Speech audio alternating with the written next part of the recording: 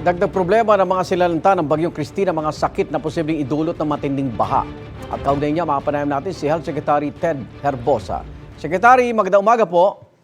Magandang umaga, Igan, at magandang umaga sa mga taga-subaybay ng hearing. Inaasahan na raw tataas ang kaso ng leptospirosis. Tuwing tayo ay nagkakaroon ng baha, lahat ng mga lumusong ay at risk, no? Opo. Pwede silang magkaroon ng lepto. Pero wala pa tayong report kasi may incubation period.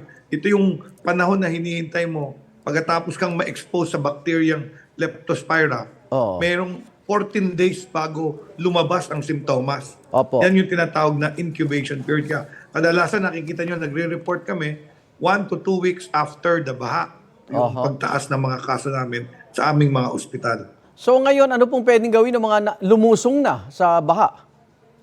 Unang-una, pag ikaw ay napalusong sa baha, lumikas ka sa baha, kailangan maghugas ng sabon at tubig, no? Yung leptospirobacteria, namamatay po yan sa soap and water.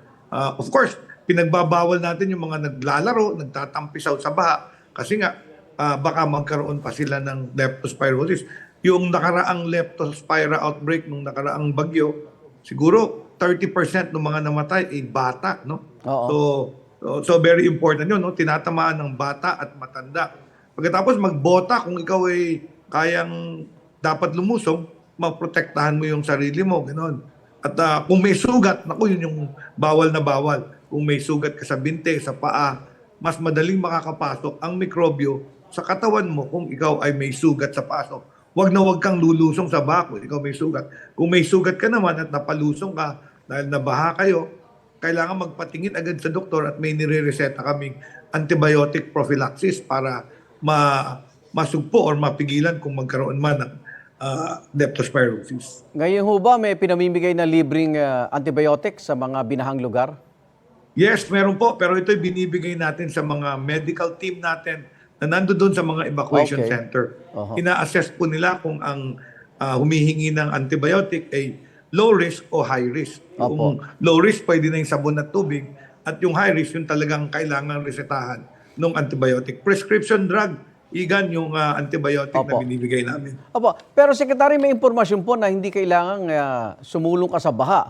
Yung iba pa humupa na, pati ho ba sa mga putikan, mag-ingat din tayo sa paglalakad dyan. Tama yan, may mga kaso kaming naglinis ng bahay nila pagkaraan ng baha. Siyempre, siguro nakapaa, hindi nagbota, nagka-leptospirosis din. So yung putik, pwede rin maging sanhi ng magkaroon ng lepto. No? Ang pangalawa, yung maduming kamay, yung nahawakan mo yung putik, kumain ka, hindi ka nagugas ng kamay, pwede rin yun magkaroon ng lepto. So pwede rin ganun ang transmission. Kung bisa, hawakan mo lang yung mata mo or ilong mo, tapos naglilinis ka ng bahay mo, pwede ka rin magkaroon ng lepto. Bukod po sa leptospirosis, may iba pa hubang sakit tayong binabantayan na Secretary? Ang mga simptomas namin ngayon sa mga evacuation center ay yung ubo, sipon, dumadami yung acute respiratory infection. Alam mo yan, mabilis kumalat yan eh. Isang bata lang dalhin mo sa evacuation center. Pag umubo yan, hawa-hawa na. So, very important yung pagbabantay dito. Nagre-recommend kami mag-mask. Namimigay kami ng surgical mask para yung batang may ubo, sipon, ma-isolate at hindi hawahan yung ibang bata. Meron din yung pagtatae.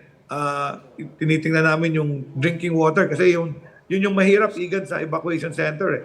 Kung merong potable or safe drinking water. Namimigay kami ng aqua tubs at saka yung jerry can para siguradong safe yung iniinom na tubig ng mga pamilya dyan sa evacuation center. Okay. Ingat po tayong lahat. Maraming salamat po, Secretary Ted Herbosa. Maraming salamat, Igan. Ingat Magandang po. umaga.